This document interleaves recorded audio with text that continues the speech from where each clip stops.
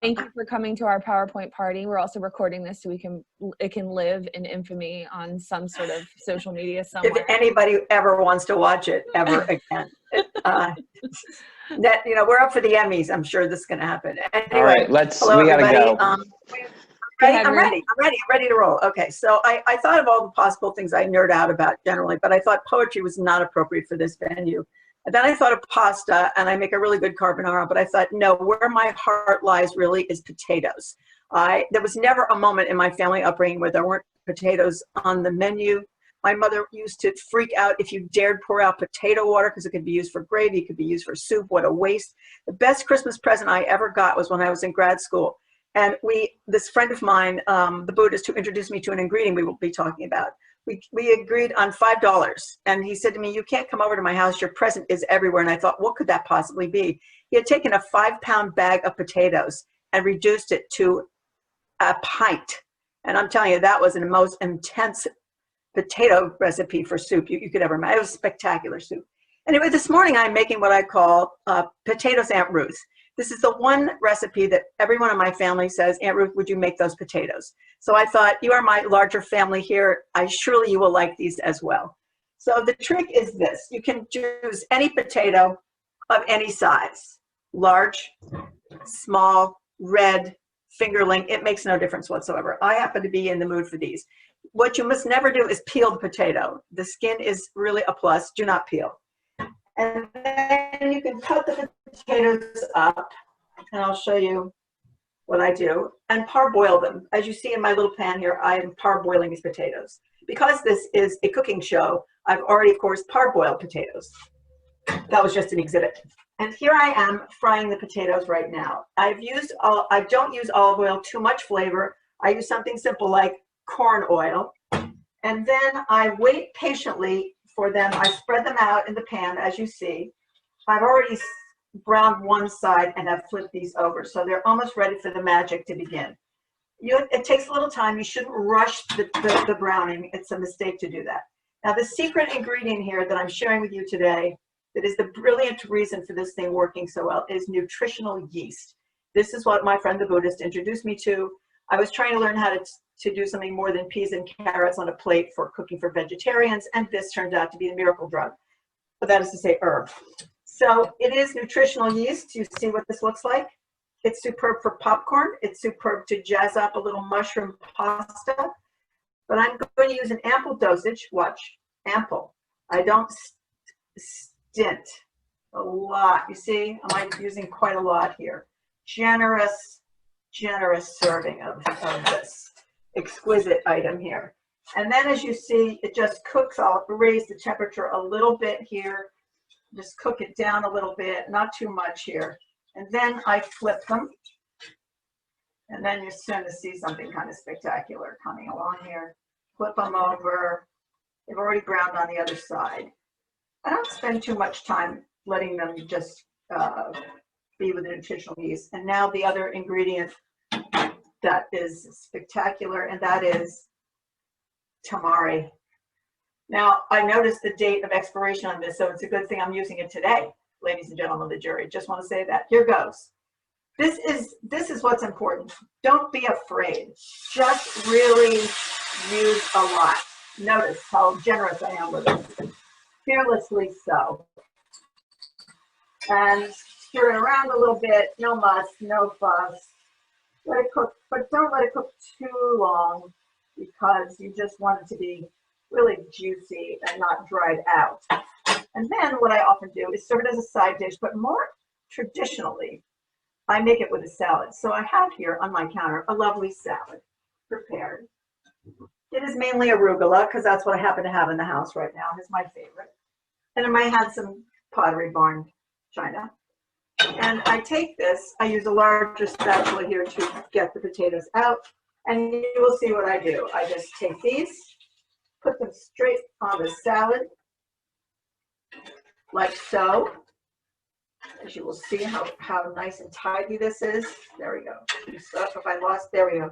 On the salad, turn off the stove. I often forget to do that. And then we have this exquisite dish, and sometimes I like to embellish it a little bit just to give it a little more pizzazz. So For example, I happen to have some Kalamata olives in my refrigerator. So I'm adding a few Kalamata olives here. This is not tastefully done because Zach is not here to style this, but there we go. Then I thought, why not add a little tomato just because it's the season?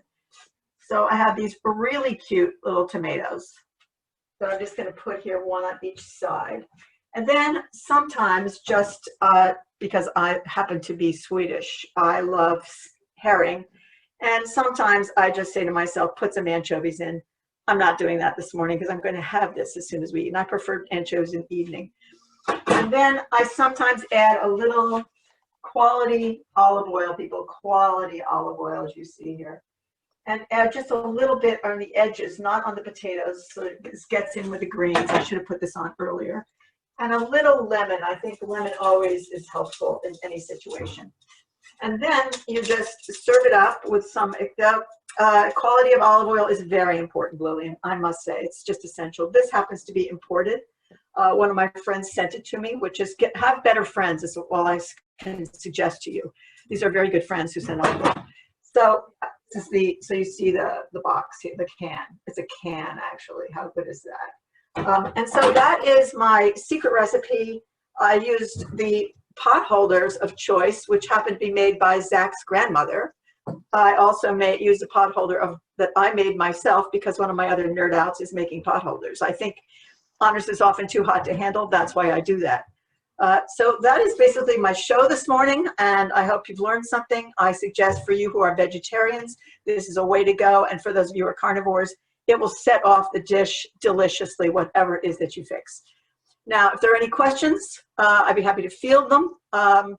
And if there are not, we will just move on to the next exciting performance this morning. Thank you all for coming. And by the way, this is my first time really, but I didn't show you the important thing here. You did a great job. My setup, which is really important. In order to do this, I put a child's chair in my kitchen sink. I'm going to show you that now. Here's the child's chair in my sink. Can you see it? And then I have it propped up on two of my favorite cookbooks, Greens, as you see, and then Marcella Hazen's Classic Italian Cooking, the best Italian cookbook that there is. You may wonder, looking at my kitchen, where is the refrigerator? And that is who's in charge of cutting Ruth off? Is it me? Yeah, she said goodbye. Because she said goodbye 3 times already. She did. Like, does anybody have one question about her potatoes before we move on to our second presenter? One question. One question. No questions because you were perfect and you told us a lot of stuff. I will say that they are delicious. They are delicious. All right. Amazing. Julia has one question. You can answer it in the chat. My favorite brand is what I get at the Weaver's Way Co-op. And any kind of potato will do. Absolutely any. Just don't peel it. It's important to have the skin on. Makes it a little more interesting. Close the door. I don't have a door here. No. Ruth, amazing job. Round of applause for Ruth. Thank you. All right. Adios, everybody. I have to go to a meeting. I'm going to watch this all later.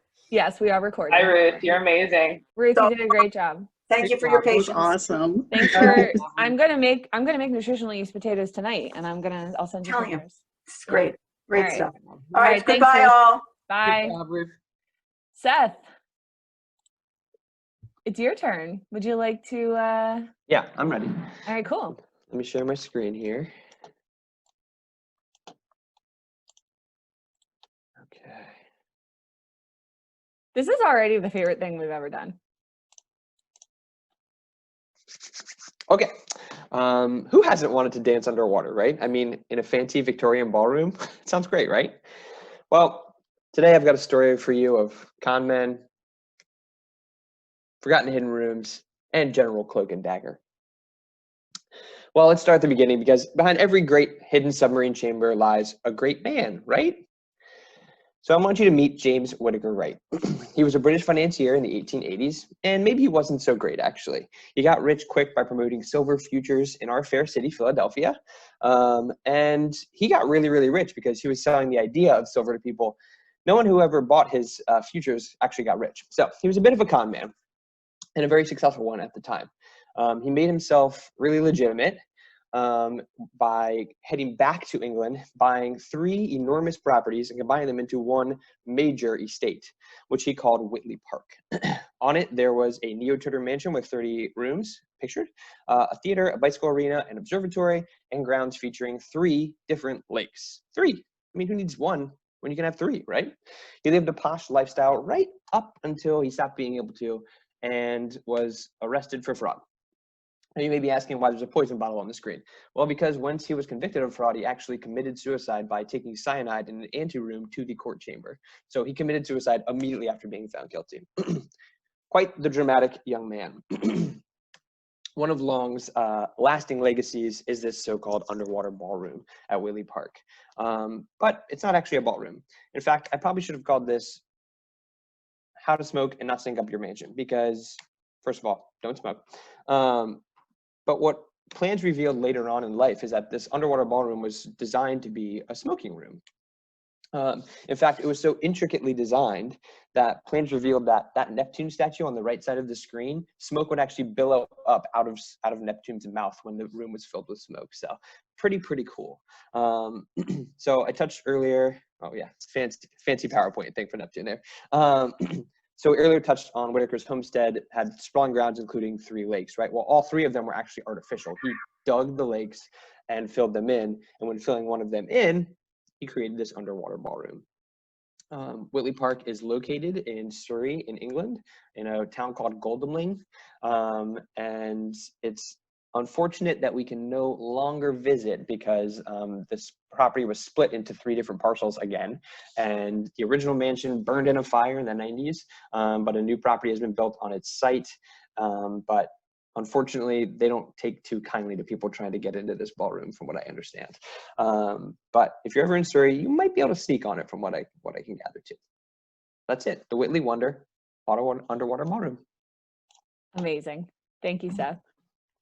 Did you, That was incredible. why did you choose this topic? How does this relate to what it is that you like to nerd out about? Oh, I love confidence men. I love cons. I love that, like, heist and those kinds of movies. So he's a fascinating character to begin with. He had a tie to Philadelphia, which was cool. And I'm obsessed with, like, Atlas Obscura and things like that, and, like, Abandoned America, and kind of like the decay of a previous society. So, yeah. Very cool. Anybody have any questions for Seth?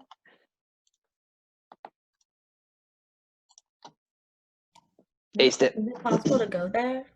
It's not. So it's like a private estate now, and apparently they don't take too kindly to folks requesting. So you can sneak on it, but you didn't hear that from me. We also don't condone trespassing.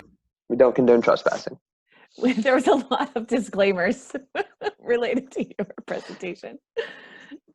Excellent. Have you ever been to like you said you're interested in sort of like old landmark decays and stuff like that. Have you ever actually been to one that you would recommend that we can actually see, or maybe one in Philadelphia that you would recommend? I forget the name of the one that's like famous out here in Fairmount Park. I feel like Zach knows it. I feel like we all know. What the hell's it called? What, a mansion? Yeah. What? There's the Strawberry Hill Mansion. There's a Lemon Hill Mansion. I'm thinking about the one that's like the decaying one, like that's like ruins out in Fairmount Park. And isn't there one that's like underground too? There is one that's How's it called? It's close to where the new nature center they just opened is. Yeah. So I run by there like fairly frequently, but I can't remember what it's called. Anyway, it's cool. You can Google it. It's a thing. Very cool. Anybody else? We can get started on any just general questions for Seth, something you've always wanted to know about Seth. Oh, wow.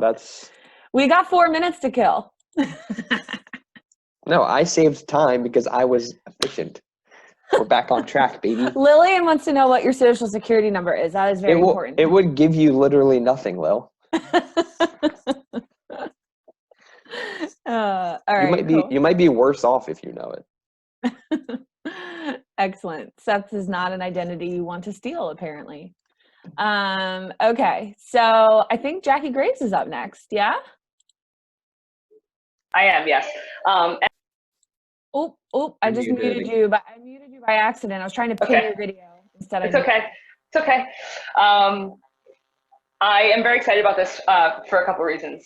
Zach and I have had a long-standing dream to create a home improvement show together, and you guys get to see our pilot episodes. Are you excited? Episode right here, right now. It's happening. So you guys can make or break our future success. So I'm very excited about this. And Seth unknowingly gave you a preview of what I'm going to talk about today, or maybe knowingly. Did you do that on purpose, Seth? Maybe. Because Seth is sitting in front of what I'm going to talk about today. So welcome to the first episode of Home Sweet Homo, starring Zach and myself. This is going to be episode 1, DIY shelving for beginners. In hyperspeed, because we're going to do this quickly. So why shelves? Why are we going to do shelves today? Shelves are the best beginner DIY project for a couple of reasons. One, it's really low input and high output.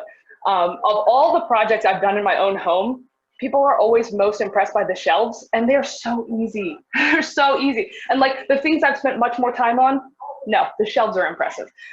So big ups on that. They're also highly customizable, both in design and cost. You can customize just about every part of it. And you can also pay a little if you want, or pay a lot if you have more money. They're also very practical and useful because they hold things, they store things. And it's also, as Zach will tell you about later, an easy, interesting, and dynamic piece of decor because you can change them out. You can move stuff around. It can really, you know, your vibe changes from day to day. Your decor on your shelves can change from day to day. So before you start, what do you need to do? So the first thing you do is create a plan. And that is customizing, figuring out what you want your shelf to look like. You could have shelves with brackets that come down. You can have thick shelves. You can have brackets that come up. There's millions of different kinds of brackets. You can have floating shelves. You can have small shelves, or you can have really big shelves. It's entirely up to you. So you get to make those choices. The one thing I will say is when you're planning, always measure twice.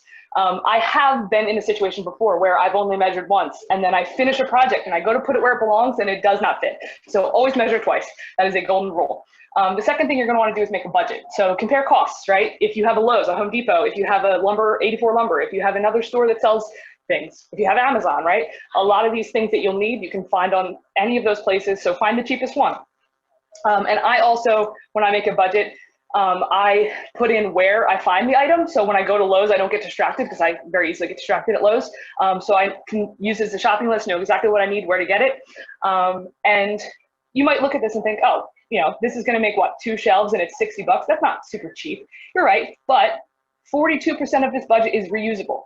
You can reuse the stain, you can reuse the poly. They last a very long time. And then a sanding block will last you a long time as well. So 42% of this is not a one-time use situation. Okay, and then you need to acquire all the things, safety equipment, tools, and supplies. I'm going to tell you about those next. So the things you'll definitely need. You will need wood. That makes sense, right? What kind of wood do you want? That's up to you. It's customizable. You can use 1x8, you can use 1x6, you can use 1.25 by 8, you can use 2 by 10. What do these numbers mean? It's a good question.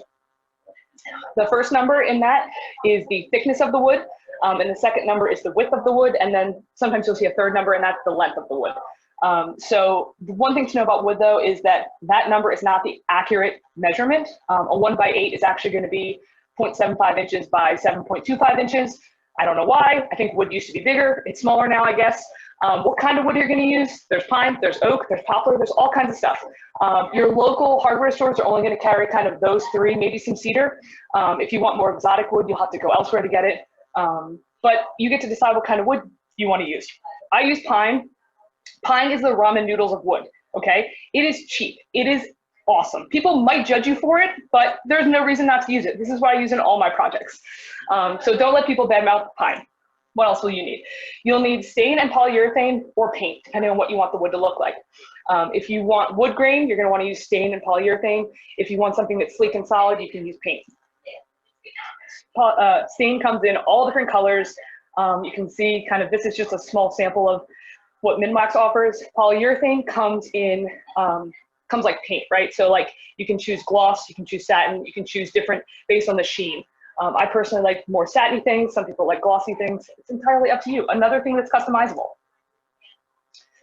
Paint, you can use just about any color you want. For projects like this, chalk paint's really popular because it covers really well and it's really easy to work with. Okay, brackets. We talked about brackets. There's all different kinds. You can find them on Amazon. You can find them at the hardware store. The possibilities are truly endless with brackets. Drill. You'll need a drill. If you don't own one, I promise you someone you know owns one and you can borrow it. You'll probably need regular drill bits and screwdriver drill bits, so make sure you ask for both. You'll need a tape measure. Again, always measure twice. And then sandpaper. For a job like this, you can get an 80 grit sanding sponge and it'll do the trick. They're like $4. That's a picture of one right there. Really easy to use.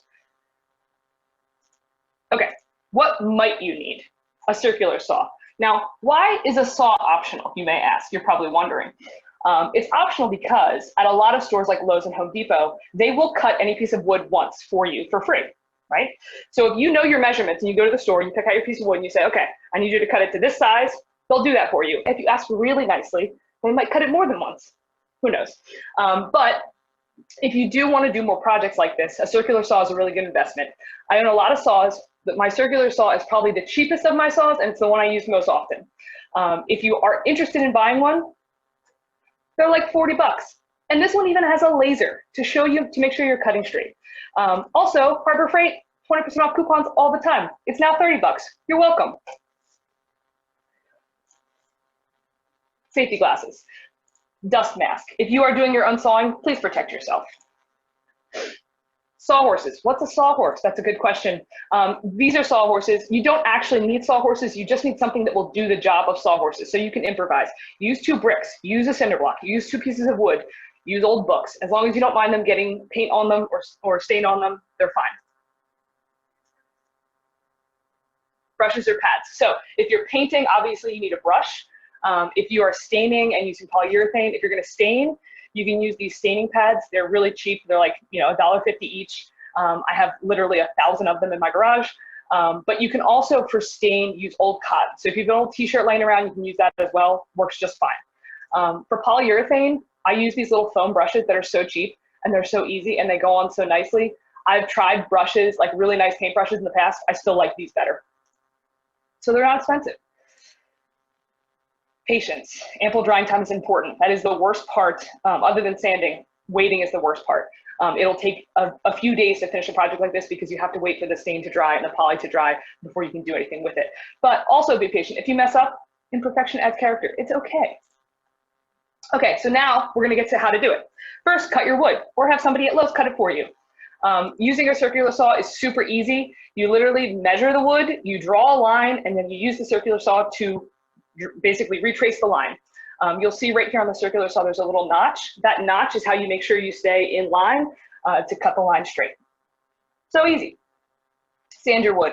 Sanding is always the worst part. It's time consuming. You get dirty. It's not fun. It feels like you're not making any progress.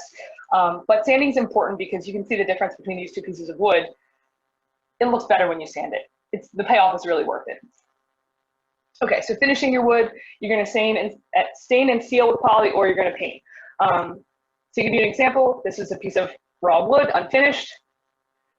This is what it looks like once it's been stained. And you're going to think, okay, is polyurethane really necessary? Looks a lot nicer with the polyurethane on. Polyurethane also will protect the wood, so if you're going to put a cup on there, or if you spill something on there, the polyurethane makes it super easy to clean. If it's not sealed, it's going to get ruined if you do anything like that with it. Okay, hang your brackets. This is something that is really easy to do. Usually the brackets will come with the hardware you need. If you can't find wall studs or don't know how to find wall studs, or if they don't align with what you're trying to do, make sure you use wall anchors so that they don't rip off the walls. Your studs are going to be 16 inches apart. You can use a stud finder to find them, or if you knock on the wall, you can actually kind of hear the difference sometimes. But if you have no idea what I'm talking about when I'm saying studs, just use the anchors that come with the screws. This is an example of some brackets in my own home that I hung. The next step, attach your wood. Depending on your brackets, will depend on how you attach your wood. Usually there'll be instructions that come with your brackets. These ones that I made, you just place the wood on top. It doesn't have to be attached in any way. It just sits on top of those 2 pegs. And then the last step is decorate. And Zach is going to tell you a little bit more about this in a minute. But my children wanted me to share our Halloween decorations with you. So there's that shelf with decor on it. So thank you and good luck. And then stay tuned for episode 2 of Home Sweet Homo. And just like on HGTV. We're not going to leave any space between the 2 episodes, so you have to watch the next one. We'll take questions for both Javo and Zach then, I guess, at the end of Zach's. How about that? Yeah. Awesome. We're a team. That was amazing. Great. Thanks, Javo. I do have some questions, so I will hold them till the end. Wait. All right, so episode 2, Home Sweet Homa, with your hosts, Jackie and Zach. Today, we also are wearing matching flannel on purpose. Yes. Today, episode 2, we're going to talk about styling those shelves, right? So you spend some time with Jackie, building them, getting it all set up. Now you want them to look fly. How are you going to do that? Let's talk about it. First things first, you want to think about the location. Where are your shelves? You know, like, are they in the kitchen? Are they in the dining room? Are they in the basement? The location can really determine what is on the shelf. So you can see here, all these shelves I'm going to be showing you are in my house. This shelf here has cookbooks on it. So it's in my kitchen, right? So you think about like where the shelves are. You can tell by the little cups and bowls and things like that. You know, think about where it's going to be. You also want to think about usability. What are you going to be using these shelves for? Are they just to display books? Are they to display a precious collection of antique tchotchkes, like my house? You want to think about what you're going to be using these shelves for. So you can see on this shelf here, this is also in my kitchen, just below the shelf I just showed you. And this shelf is at arm's length, right? So it has my speaker on it. I can plug in my cell phone here. It's got a little tray for little knick-knacky sort of things. It's got a bulletin board back there where I can pin pictures and thank you cards and things that I received from friends. So this shelf here has like a high usability. It's got a lot of things that are constantly set on it and moved all around. Then you want to think about, you know, once you figured out where it's going to be, you want to think about what's your story? What are you trying to tell within these shelves? You know, shelving, people are naturally drawn to shelves because they have collections of things. So when you walk in someone's house, you know, I'm automatically kind of walk over to someone's shelves and start like kind of browsing. So this shelving unit here is just right inside of my living room. And I see a lot of people when they come in, they'll kind of walk right over to it. So you want to, you want to make sure that you're showing your personality. It's a great opportunity to kind of tell people who you are and, you know, what you're all about. So think about, you know, what you're collecting, what are you showing, what are you exhibiting? In this shelving unit, it's a little bit neater. Everything is kind of lined up. You know, it's in a living room space, so I like having everything neat and tidy.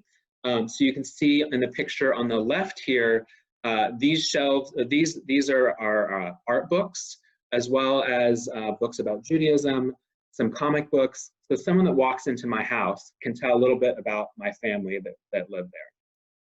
I've also put the books in, rather than having them vertically, I've stacked these books horizontally for several reasons. One is that you can read the titles of them better, so you don't have to constantly go like this to read. But also, I stack them this way because it's a different look, right? Normally you see bookshelves with them like this. I wanted to set them like this just to kind of switch it up and give a little bit of style. In the picture on the right, you can see other little things about our personality. Someone mailed us a coconut from Hawaii, so we have that proudly on display.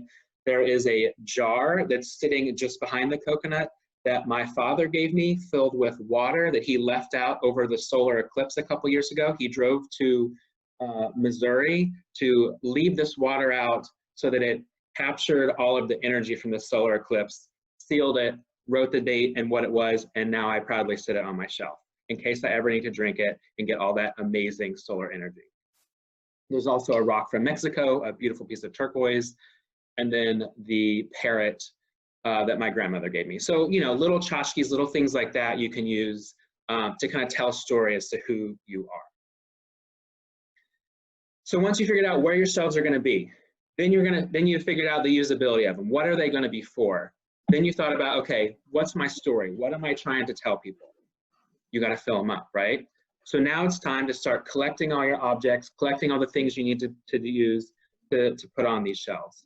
These shelves here are in my bedroom, actually directly behind me. They also work as a really beautiful Zoom background, so it's nice to look at whenever whenever I'm Zooming. But once you start filling things up, you can please feel that you have the freedom to put things on there, move them around, see visually how things start to relate to one another. You can see the shelves on the right here are a lot of our novels and fiction books and things like that. So I've put them on there. I love a good chroma story, so I've arranged them in a chromatic order. So you can see like that second shelf, it goes from black to grays to whites into the colors there. Some people will go crazy with this. I've actually reorganized my shelves many times, and at one point in time I had a whole red shelf, I had a whole yellow shelf. It was cool, but then it made it really hard to find books, right? So also you can see below there's lots of little pictures and things like that are sitting there that begin to tell your story, but also it's a nice collection, and it gives a layered look, right? You've got your books there, you've got some photos, maybe some little Simpsons characters, some glasses, things like that can kind of start to create interest by layering them in front of them. You want to think about what's the shape. What visually are you seeing? You can see here I've given myself an A, right? A nice A shape. I'm really good at this, so might as well give myself an A. You can see like the lines where I've got the painting up above, and it creates a triangle shape. And then from one shelf to the next, you can see how things kind of go across. And that's just visually how your eye moves around the space. So you can think about it in terms of the entire shelving unit, but then you can also think about it in terms of each actual individual little vignette. So you can see in the second shelf here, this is actually my son's room, where I've created a triangle of interest where there's photographs, and then it kind of goes up to a higher photograph, back down to a lower photograph, and everything relates to one another. You don't have to always use a triangle. You can use parallel lines, which you can see as I've got with the chickens there, and then vertical lines. Just see how your eye kind of moves around the space. You want things to be related to one another and have overlap and depth and interest. And you know what? It's okay to be a little messy. I realize these actually aren't that messy, but in my house, they're pretty messy. This is my partner's section, and I just let him have it, right? If it needs to be messy, that's fine. It's fine. I'm okay with it. I'm really okay with it. I'm okay with it. But one of the cool things is you can kind of let things, shelves are living things. They're constantly, things are getting moved around, manipulated, shoved in, shoved out, and that's okay. You can use things like, I have a typewriter here to kind of hold a space so that the books kind of don't wiggle and move. You can use pieces of pottery, you can use rocks, you can use pictures, like whatever you want to use to kind of fill that space up. And also it gives some interest and gives you an opportunity to display your favorite things. So once you've got your style or your shelves styled, you want to step back and see what the total package is. How does it look all together, right? So you can see in the picture on the left, this is in my son's room. There's a bunch of tiny little vignettes that work together, but also things start to talk to each other across the shelving unit. There's lots of different little triangles and things that are happening within each of these little sections. And then you can see on the picture on the right, this is what you see when you walk into my bedroom. We've made a home office. So there's a desk, but there's also the shelving unit behind it and things like that that create interest and draw people into the space. So for next week, join us when Jackie makes Adirondack chairs and Zach shows you how to sit in them. Thanks for joining us on Home Sweet Homo. Good job. That was amazing. I'm gonna have to get to work on those chairs, Zach. Oh my Thanks for the God, warning. it's so good. It's so good. Bunch of tiny vignettes that work together, a Zach Martin story. All right, so we've got a couple minutes before Roz takes us into our next nerding out presentation. So any questions for Zach or Javo, you can put them in the chat or you can ask them out loud. Yeah, any questions? Javo, what's the biggest shelvings like that you've done? The shelves in my office are the longest shelves that I've put up, and they're like, I want to say almost 8 feet across, 7 or 8 feet across. There's only 2 of them, but that was, boards that big are hard to work with because carrying them, you're bound to like bump them into things and ruin them. So it was really a very delicate process getting them into the office and hanging them up. But those are the longest ones. But then in my house, I have the shelf that I showed you is part of a series of shelves. I have radiator heating in my house, so like that takes up a lot of space and doesn't let you use that space. So I put a shelf on top of every radiator in the house so that I can reclaim that space. So that was a big project because I had to do like 6 or 7 of them. Smart use of that space, though. Yeah. Have you ever had to do them into brick or plaster? No, but you have, right? Nightmare. Yeah, and that's the thing. Like hanging them can be hard depending on what your walls are like, but they make the appropriate thing for hanging anywhere. You just need to do the research to find it and make sure that you're using it properly. Because it is very important that they are secure so they don't fall on you or on your dogs or children or cats or whatever else. Your plants, like you don't want to ruin any of those beautiful things. But for both Javo and Zach, where are like some of your go-to places to get cheap stuff? So Zach, either like, where do you go hunting for interesting items for your shelves? And Javo, where do you go hunting for inspiration or materials? I hit up my family members. I just like go shopping at my grandma's house. Because, like family members love that you are interested in their things because they've spent their life collecting this stuff. And if you show interest enough in something, they'll probably give it to you, right? Like every room in my house has something for my grandmother. So there, Facebook Marketplace, great place to find really cheap, great quality things. Those are my 2 spots. Thrifting, obviously, like when I'm out, if I'm driving around and I pass a yard sale, ooh, you better hope I'm not driving because I will pull right over and go check it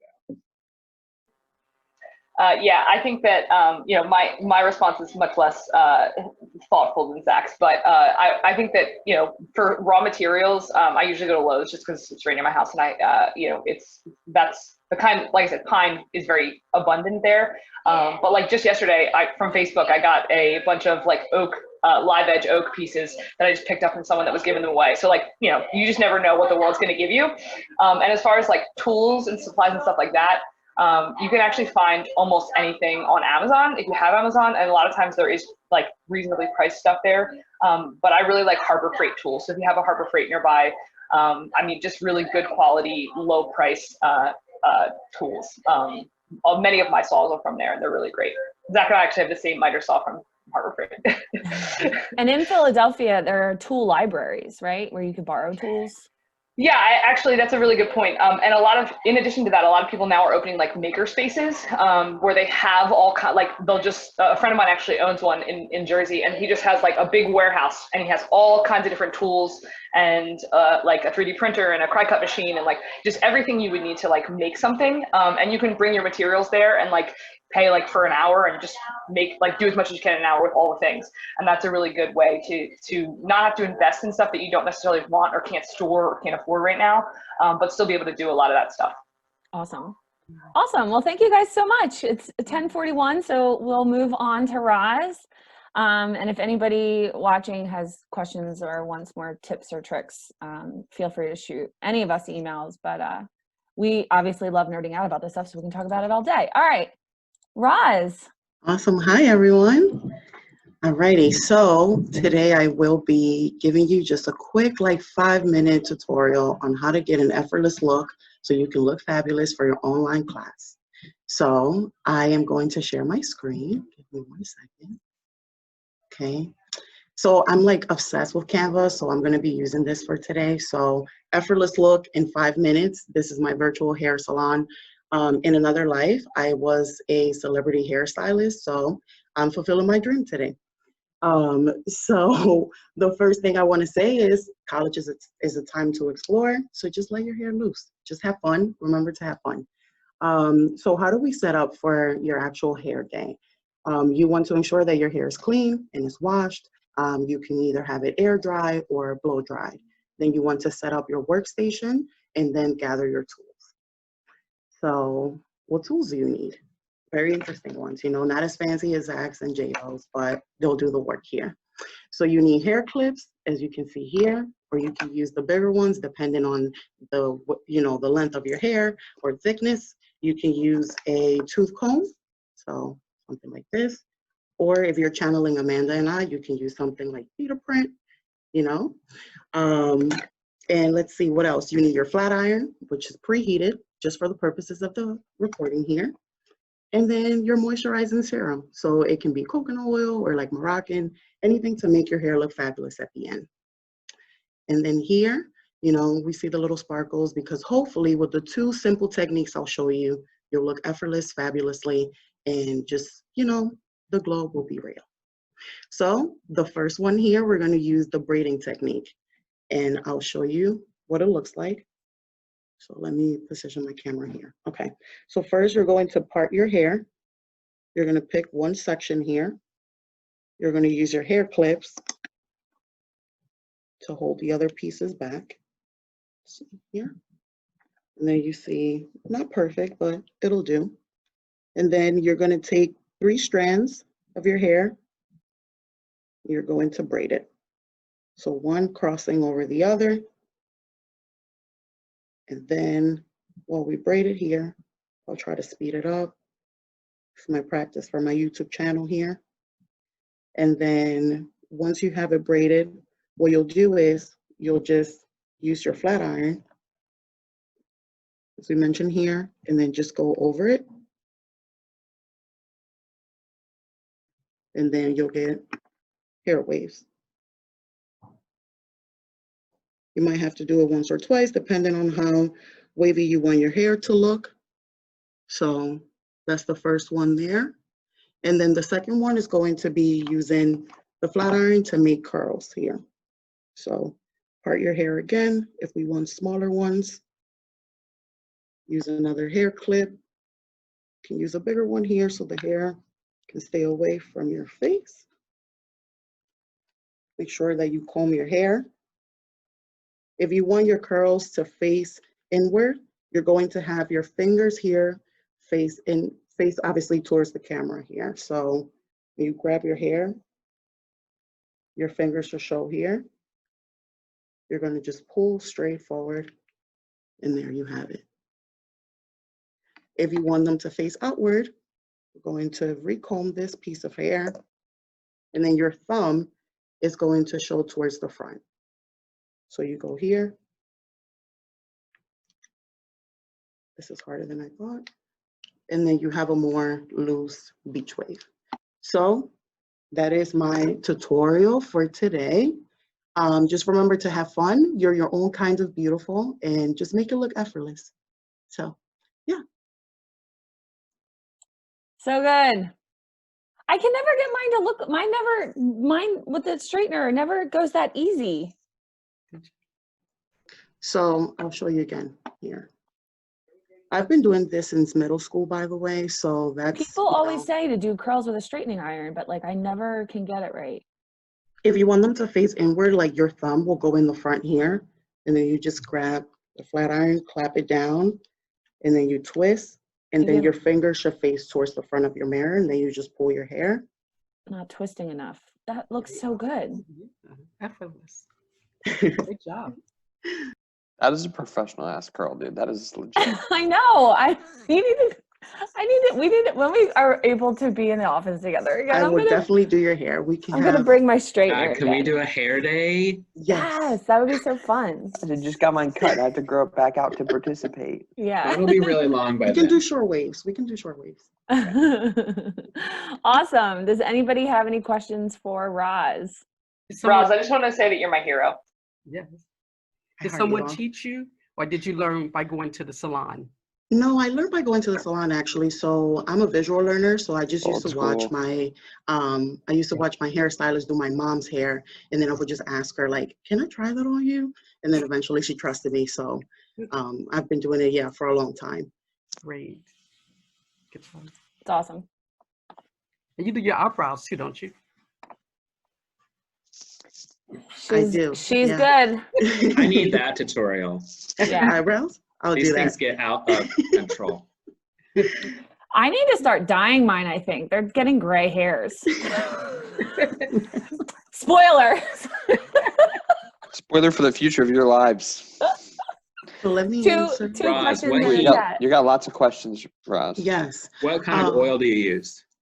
So sometimes this one is just like a gloss. I don't know if everyone can see. Let me see. Oh my God, you look like Ruth trying to show us I something. know, I know. right? Who are you? Sorry. This is- Alrighty. So pure gloss polisher oil. And I sometimes use like Moroccan oil or like coconut oil, anything that really works for your hair because everyone has different hair texture. Sometimes you can also like use your hands a lot to just like comb your hair because you have natural oils in your hand and the moisture on it brings out those oils too. So it usually just depends. Something that doesn't make your hair look sticky and you know, super like moisturized, just because you want it to look effortless, like you haven't put anything on there. My flat iron, I usually set it on 350 just to start, and then I lower it down to like 250, just because I am natural, so I try to do the less heat possible on my hair, but usually like 350 to start it. If you could style one celebrity's hair, who would you pick? I will say Rihanna. I am obsessed with her, and I think she's a boss queen. So I would definitely like to style her hair. Yeah. Be so fun. Any other Awesome. Good questions. Good Oh my God, questions, Roz, guys. you killed it, dude. Thank you. Incredible. Honestly, I've never felt bad for Amanda having to go after for a presentation, and I kind of feel a little tiny bit bad. No. My no. belly just did a flip when you said that. That was not. Oh my God, you're like the world's best presenter. Shut up. I You know, literally, but now you literally won awards for your now you presentation. put the pressure on. Go away. Go away. You could have given your presentation on how to present. Oh, that could have been very meta. I do need some, I need to really think about my Zoom background. Right now I just don't, but Zach has like super inspired me. Not that he doesn't inspire me every day Wait, with his Amanda, amazing house. My Little People Farm and Feeding the Dinosaur aren't inspiring you? It's not the story. All of my empty picture frames don't inspire anybody? No? Okay. So when I present, I'm actually going to close the chat because it's way too distracting for me, and I timed myself, and you all know that I'm long-winded. So if I don't... Don't worry, I'll put it in Slack. That won't be distracting, will it? Probably. All right, let me share my screen. Hold on one second. Okay, sharing my screen, and everyone can see my presented screen. Okay, great. So I'm going to talk to you about how to take better phone photos. Have you ever just like been out and saw something and you were like, wow, that is so beautiful. Like, I want to remember this moment, and you take a picture of it. And then later you go through and you're looking at your picture and you're like, oh, I did not do a good job of capturing that. This was, you know, way more impressive in person.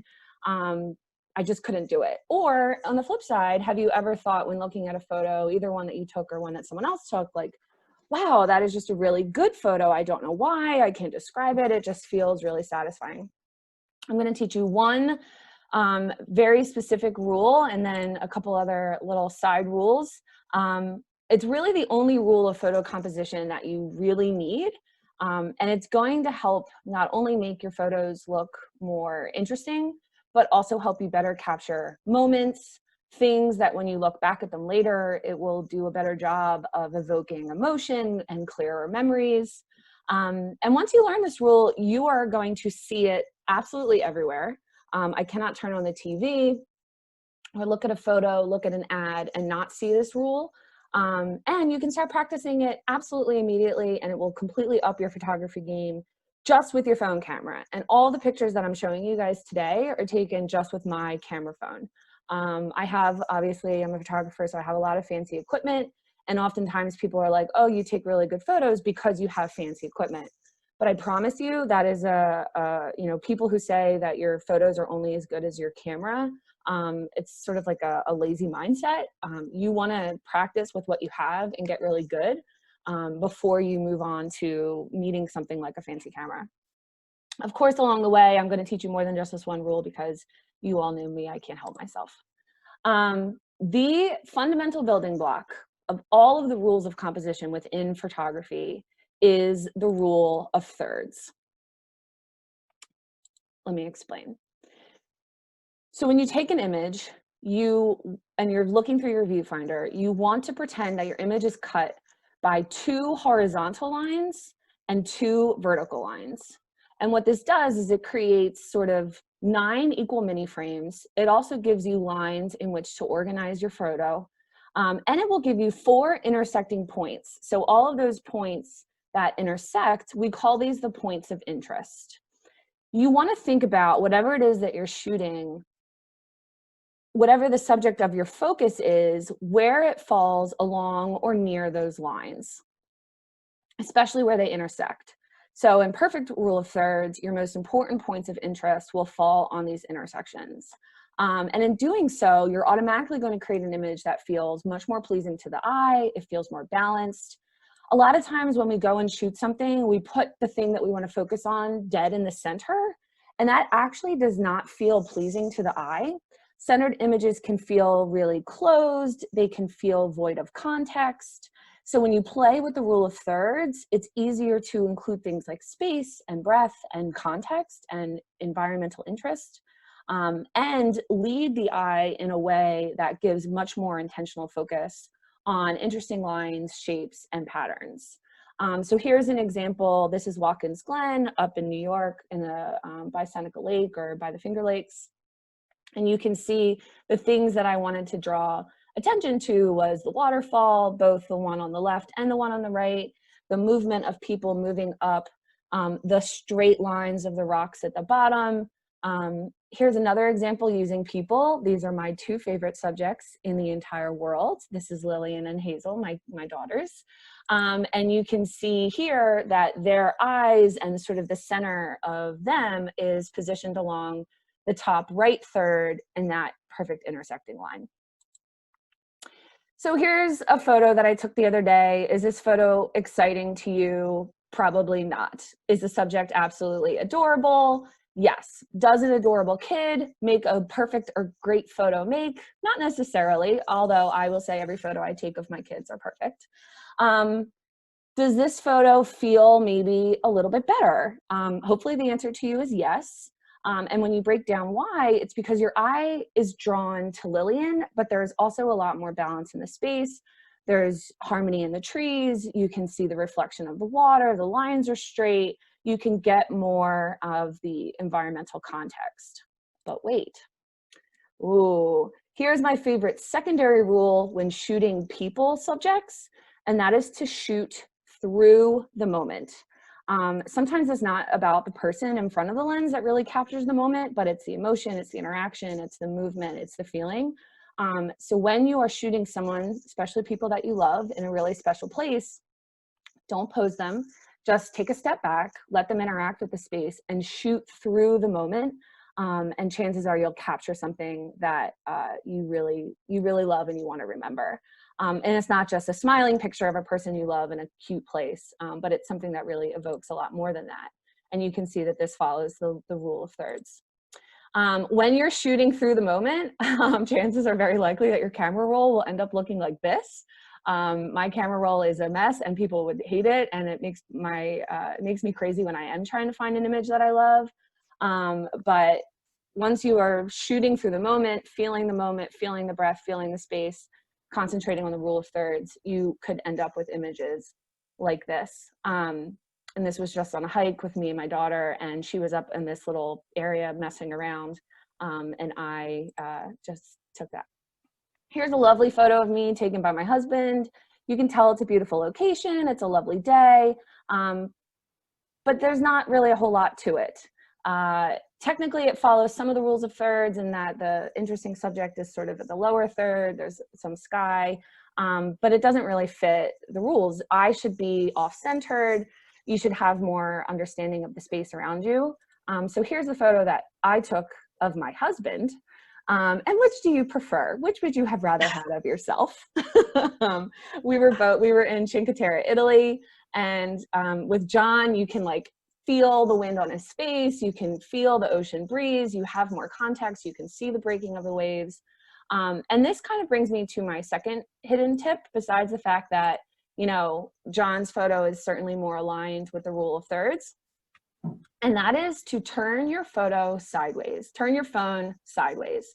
Take more horizontal photos, especially if you are trying to capture a memory of space, a memory of moment in a space. Shooting only vertical, you lose so much of what it is that your eye is naturally seeing. So that first image like kind of follows the rule of thirds, like John is off-centered and you can get a little bit of the environment, but the picture to the right is obviously so much better. So once you know the rule of thirds, you really want to play with it. Put your subject in all four corners, shoot from above, shoot from below, what feels right to you. And when in doing so, don't forget to pay attention to the entire frame. So the rule of thirds only works if you think about all of the sections. So you want to make sure that there's nothing sort of like annoying. I get really picky about this. In this photo of the bell tower, you can see in the bottom right-hand corner, there's like a little tip of a tree. And like, if I wanted to be really picky, I would Photoshop that out because it just like really bothers me. But again, kind of leads me to my last point, which is also once you know the rule of thirds, it's okay to bend or break the rules a little bit. Photography should make you feel something, and it obviously is very personal and relative. I love finding interesting frames. So that photo of Lillian in the sunflowers, I was literally on my way out the door to go grocery shopping, and she followed me out and was twirling on the front steps.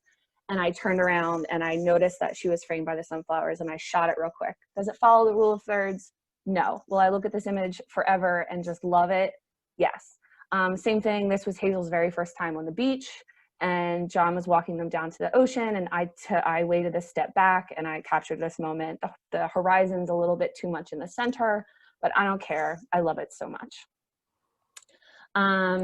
And then, yeah, there's a lot of tips and things available. I mean, places for you to utilize the rule of thirds. So Instagram, when you go to adjust your images in Instagram, it will give you a grid line. All of you have access to Lightroom because you have access to the Adobe Creative Cloud, and Lightroom is an app that you can download on your phone and get all of the professional level like editing tools, but it is on your phone, so it is more user friendly. And they give you rule of thirds grid lines as well. And there's a bonus picture of Hazel just because I didn't use her enough. And then on your camera, you can actually, if you have an iPhone, I don't know about Androids or other versions, you can turn on grid settings on your phone, so that way you can see it as you're actually taking the photo. This is just in your camera options. So, all right, I'm done. I did it. Hold on, where's my people? I can't see anybody. Amazing. That was awesome. Yeah. How long have you been doing this for, Amanda? Doing photography? Yes. Oh boy, too long. I started shooting professionally in 2012. And before that, it was just, I was always that annoying person with a camera. So yeah. That's why we have such good honors pictures, because you were an annoying person. Practice the rule of thirds. Very good. Amanda, I feel like you actually just changed my life, because I hate every photo I ever take, and I feel like this is going to change things, and I'm hopeful. Practice the rule of thirds. And then you got to play around with it. But Frida's Instagram is about to get real interesting. Good. I can't wait. Oh boy, we'll be judging. Yeah. So cool. The rule of thirds can be used everywhere. I was going to say, Setting and up you'll your notice shelves, it. Mm-hmm. Any sort of, like, anytime you look, it exists all over the place. Yeah. Cool. Amanda, I don't know if you remember, you took that beautiful picture of me that was in the office, and we always got so many compliments on it. Yeah. I still have it here. I love that photo. I reframed it. Jackie just promoting a beautiful picture of herself. Ruth, Yes. I mean, not Ruth. Seth, She's I like allowed. that. Well, Seth, you moved yourself into the rule of thirds. You made I yourself, did. You put yourself in a more interesting I'm playing along. position. Very good. Very good. Kristen is really nicely in the rule of thirds right now, and you have the straight line of your window, and it looks really nice. And she has that beautiful coleus in the foreground. Yes, exactly. Background. Framing. There's 3 different layers. Yep, So, yep. I could have gotten into more about framing and straight lines. Oh, that is something that I'm so picky about, is your straight lines. But when you know the rule of thirds, and especially if you have the grid on your phone, that helps keep your horizons straight and like all that stuff straight. That's it. We did it. It's 11 o'clock. will you stop sharing your screen, Amanda? Truly Oh, I incredible. thought I did. I'm sorry. So we can see all these beautiful. Well, you didn't. Going into my camera settings right now. Let me yeah, it's on let me unpin my video here. So all right, cool. Well, thank you everyone for joining us for our presentation party. Our first ever PowerPoint party.